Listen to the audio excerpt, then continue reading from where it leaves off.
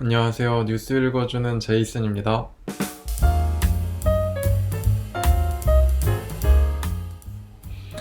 네, 저는 이제 매일매일의 뉴스를 갖고 한번 어떤 식으로 우리가 이거를 볼 수 있을지, 또 이 뉴스와 관련된 회사나 거기에 관련된 산업은 어떤 게 있을지, 또 그 회사와 산업 간의 관계가 어떻게 연결되어 있을지에 대해서 뭐 일주일에 한 번 정도 함께 나눠보고 저도 공부를 해보려고 합니다.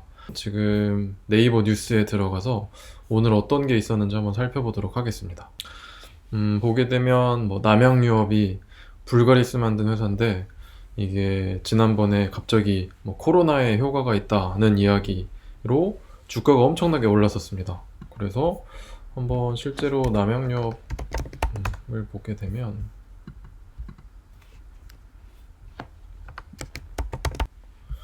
남양유업 주가가 원래는 한 29만 원, 뭐 30만 원대를 왔다 갔다 하다가 갑자기 뭐 50만 원대까지 48만 9천 원까지 올라갔었습니다. 이게 불가리스가 무슨 코로나에 좋은 영향이 있다, 그렇게 뉴스를 띄웠는데, 알고 보니까 이게 실제로는 별 영향가가 없는 상황이었고요. 이런 것도 있었고, 지금 경제 측면에서 보면 오늘이 엄청나게 중요한 날이었습니다. 공매도가 작년에 코로나 이후에 국내 주식시장이 많이 망가지면서 정부에서 공매도라는 걸 금지를 했었어요. 공매도는 내가 주식을 갖고 있지 않아도 주식을 팔 수 있는 그런 제도를 말을 하는데, 이것 때문에 안 그래도 상황이 좋지 않은 주식들이 더 많이 빠질 수 있으니까 정부에서는 금지를 했었습니다. 근데 이게 14개월 만에 이제 부분적으로 재개가 됐고, 오늘 그렇기 때문에 많은 종목들이 이제 마이너스를 보였습니다. 제일 많이 빠졌던 게 제약바이오였습니다. 그래서 대표적으로 한국의 대표적인 그런 바이오 시밀러 회사인 셀트리온이 6% 넘게 마무리가 됐고, 그다음에 시젠이라는 저희가 진단키트 만드는 것으로 굉장히 유명한 회사도 8% 하락을 했고요. 이런 식으로 제도로 인해서 오늘 엄청난 충격이 있었습니다. 또 한편으로 보면 조선산업이 요새 이슈인데요. 한번 이거 관련해서 한국에서 제일 큰 조선업체가 현대중공업이라는 회사입니다. 근데 예전에 그 정주영 회장님이 설립하셨고, 이제 이거를 통해서 글로벌 점유율 1위를 달성하고 있는 회사인데, 이게 일봉이라고 해서 일마다 주가가 어떻게 변하는지 한번 봤습니다. 올해 2월 4일에 48,000원이었는데 지금 73,000원이고요. 조금 더 길게 보면 작년 3월에 32,000원이었는데 네, 지금 68,000원이니까 두 배가 넘게 올랐습니다. 근데 과거 한 10년치 데이터를 보면 97,800원에서 3분의 1 토막이 났다가 지금 오르는 현상인데, 이 주식이 왜 오를까 생각을 해보면, 최근에 이제 코로나 때문에 사람들이 밖에 나가지도 않고 물건 잘 쓰지도 않으니까 무역이 급감을 했었습니다. 그러다 보니까 무역을 위해서 쓰이는 게 대부분 이런 배입니다. 화물선. 왜냐면 비행기로 운송하는 것은 비행기 자체가 크지 않기 때문에 한계가 있고, 그래서 단가가 비쌉니다. 그래서 비싼 제품들을 옮길 때 비행기를 많이 쓰고요.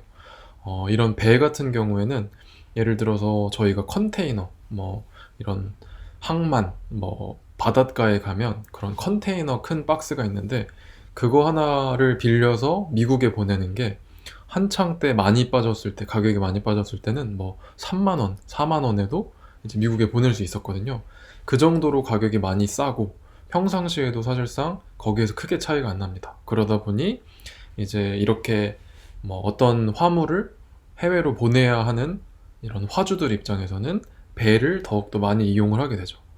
근데 코로나 때문에 타격을 받아서 수출, 수입이 거의 많이 줄어들다 보니까 이런 배를 활용한 그런 운송이 거의 활용이 안 되다가, 코로나가 이제 어느 정도 잦아들고, 또 코로나가 일상생활을 막을 수는 없다는 생각이 좀 들자마자 사람들이 가장 먼저 했던 게 가전제품을 구매하고 가구를 구매하고 자기들이 사고 싶었던 물건을 구매하는 거였습니다.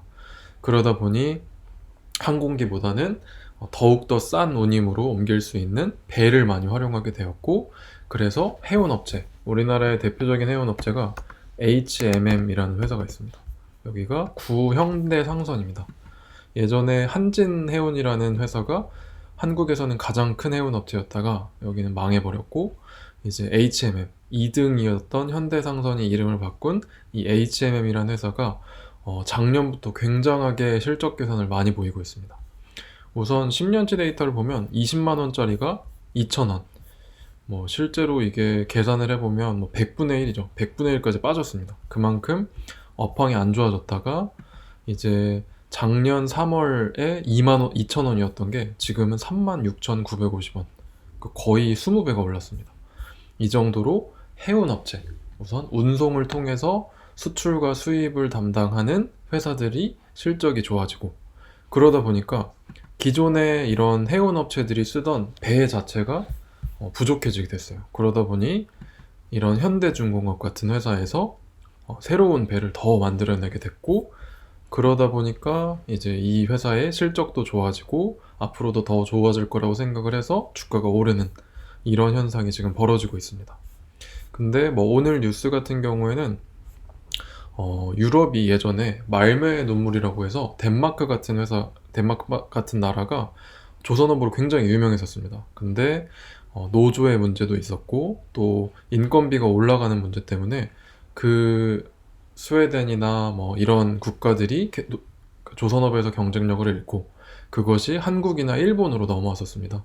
한국이 그래서 90년대 그리고 2000년대에는 세계 1위 조선업체로 성장을 했다가, 요새는 또 중국이 이제 저렴한 인건비를 바탕으로 이제 많은 부분을 빼앗아 가고 있어요. 그래서 이제 이 조선업의 주도권이 어디로 흘러갈지도 굉장히 중요한 문제고, 이 중국 업체들이 다시 한번 성장을 할 수 있는 기회도 있다라는 뉴스 내용입니다. GS25 같은 경우는 이제 여러 가지 이슈가 있었습니다. 남성 혐오라고 해서 이제 약간 여기는 젠더 이슈 관련한 것이 있었는데, 실제로 GS 같은 경우 한번 보시면 GS 리테일이라는 회사입니다. 최근에 주가가 좀 많이 빠졌습니다. 39,000원까지 올라갔던 게 34,000원까지 거의 한 15% 정도 빠졌으니까. 근데 길게 보면 사실 이 회사도 과거에 2015년 이때가 정점이었다가 7만 원까지 갔다가 지금은 반토막이 난 상황입니다. 왜 이렇게 편의점 우리가 많이 가고 많이 이용을 하고, 요새는 간편식품이다 해서 편의점에서 도시락 사 먹고 삼각김밥 사 먹고 이런 것이 굉장히 일반화가 됐는데, 그거에 비해서 왜 주가는 계속해서 빠지는가, 이런 것도 저희의 그런 핵심 주제라고 할 수 있을 것 같습니다. 왜 주가가 우리가 생각하는 그런 기업의 업황, 기업의 실적과는 또 다른 모습을 보이는가. 이걸 간단하게 말씀드리면, 주가는 기본적으로 미래에 대한 성장성을 생각을 합니다. 그래서 미래에도 이 회사가 성장할 거라고 생각을 하면 주가가 그것을 미리 반영, 선반영을 해서 올라가고요. 하지만 성장성이 없을 거라고 판단이 되면 그것을 미리 반영해서 떨어지는 구조입니다. 2015년 같은 경우에는 한국에서 이제 편의점 업계가 거의 재편이 마무리된 상황이었어요. 그래서 이 주가 그래프를 한번 보시면 2011년, 2012년, 13년, 14년에 한 10,000원 후반대에서 2만 원대를 왔다 갔다 하던 주가가 갑자기 2만 원에서 7만 원까지 한 3배가 넘게 뛰죠. 이게 실제로 편의점 업계가 이때 고성장을 구가를 했고, 또 이 고성장을 통해서 실적이 실제로 상승할 것이라는 기대감 때문에 올랐던 겁니다. 근데 15년, 16년을 거치면서 편의점 업계 자체가 포화가 됐고, 그러다 보니 앞으로 성장이 어렵겠다 하니까 계속해서 주가가 빠지는 모습을 보이고 있습니다. 이거를 조금 더 저희가 쉽게 볼 수 있는 게 회사의 그런 실적을 통해서 볼 수 있는데요. 간단하게만 한번 보게 되면 이 재무 분석이라는 곳에서 저희가 한번 생각해 볼 수 있습니다.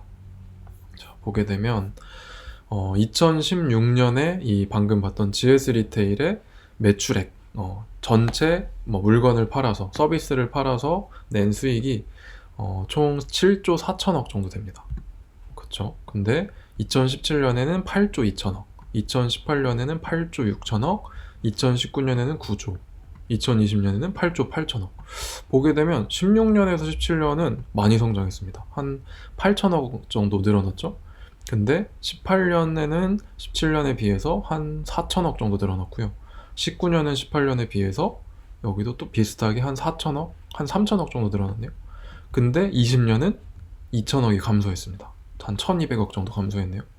그러다 보니까 실제 아까 말씀드렸던 것처럼 주가는 미래에 과연 계속해서 성장을 할 수 있는가를 생각을 하다 보니 16년 이후로는 성장세가 계속 둔화되는 모습입니다.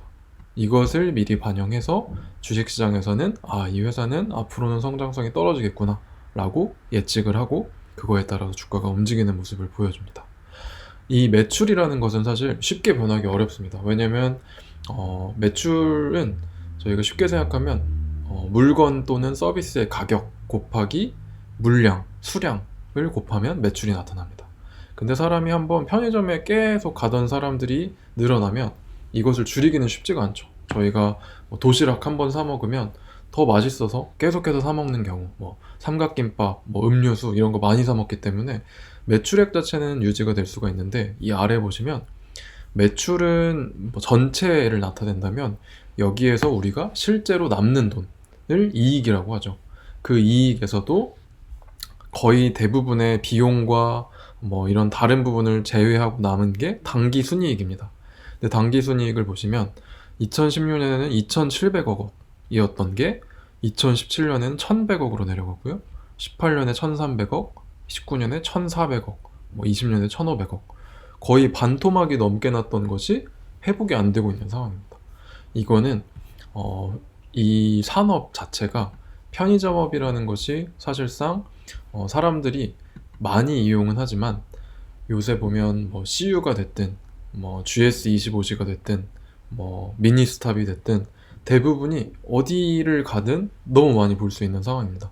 그러다 보니 과연 여기에서 돈을 얼마나 벌 수 있을까? 사람들이 많이 사 먹긴 하는데 출혈 경쟁도 많고요. 서로 프로모션 하는 것 때문에 가격 할인도 너무 많이 해주고 또 사람들도 이제 GS를 쓰던 사람이 쿠팡을 쓰는 경우도 생기고 아니면 CU에서 할인해주면 CU를 쓰기도 하고 이런 식으로 경쟁이 너무나도 격화가 많이 되다 보니까 이익이 계속해서 줄어드는 상황인 겁니다.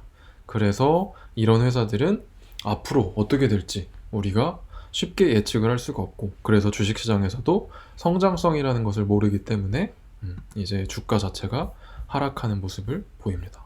이 사회 쪽을 한번 보면 AG 맞고 사경 헤맬 줄 몰랐다.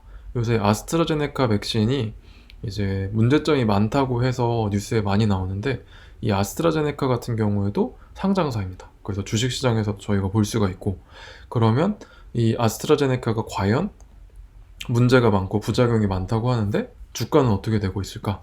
이런 것도 저희의 주제라고 할 수 있을 것 같습니다. 한번 보시죠. 아스트라제네카를 한번 보면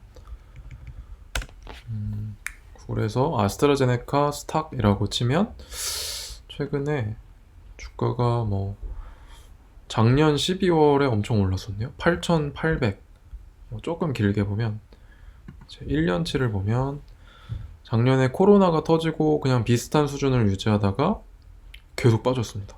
그래서 올해 3월이 저점이었네요. 8,000, 9,000까지 갔던 게 6,700까지 갔으니까 한 2,300, 3분의 1이 빠졌네요. 그러다가 요새는 또 오히려 다시 오르고 있습니다. 조금 더 길게 보면 아스트라제네카가 백신을 만들었다는 소식이 이제 2020년 3월에는 코로나 때문에 모든 종목이 다 빠졌다가 이제 얘네가 백신을 만들고 영국에서 접종을 시작했다는 뉴스 때문에 굉장히 단기간에 많이 올랐습니다. 6,000대에서 9,000대까지 올라갔으니까. 근데 이게 또 부작용을 나타낸다고 한다. 앞으로 어떻게 될지 모르겠다 하니까 주가 계속 빠지다가 이제는 어느 정도 그런 부작용들이 다 검증이 되었다고 생각을 했는지 주가가 또 올라가는 모습입니다. 그래서 오늘은 한번 간단하게 어떤 것을 볼지 얘기를 드렸고 다음번에는 이제 그날의 뉴스에 따라서 한번 해당 기업과 산업을 살펴보는 그런 시간이 될 수 있었으면 좋겠습니다. 감사합니다.